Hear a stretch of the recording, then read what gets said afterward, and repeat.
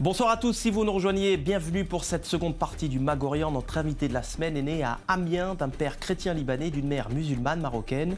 Ce barbu, souvent en djellaba, veut opposer le djihad au djihad avec ses bombes à peinture, qui sont inoffensives bien sûr, et son désormais célèbre coexiste, mêle le croissant musulman, la croix chrétienne et l'étoile de David. Combo, l'artiste de rue, pose ses valises jusqu'au 6 mars à l'Institut du monde arabe à Paris, et il est notre invité ce soir. Bonsoir Combo, merci d'avoir répondu à notre invitation du Mag-Orient.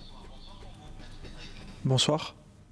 Alors vous allez tout nous dire et tout nous montrer de vos créations, mais pas avant le portrait très orienté qu'a fait de vous Solal Azerwal.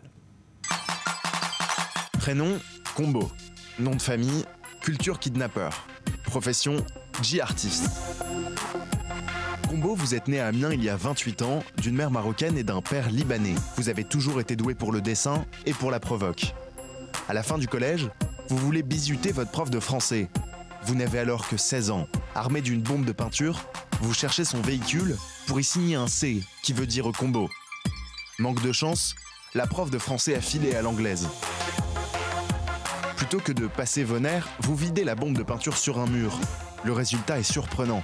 Pour la première fois, vous laissez libre cours à votre imagination et vous vous découvrez alors un certain talent pour le street art. Discipline qui vous portera préjudice. Aux Beaux-Arts, difficile d'entrer dans le moule élitiste. Car la rue est votre terrain de jeu, le seul endroit où exprimer vos revendications, ce style atypique, empreint de pop culture, mais compréhensible au premier regard. Artiste subversif, Combo, vous êtes accessible au grand public, même si vous ne choisissez pas la facilité, mais l'art engagé. Premier acte de résistance à Tchernobyl, où vous collez des affiches sans aucune autorisation. Dans les décombres de la zone interdite, vous placardez des pubs pour l'industrie nucléaire. Une façon ironique de célébrer les 1 an de Fukushima. Vous êtes surtout passé maître dans l'art du détournement.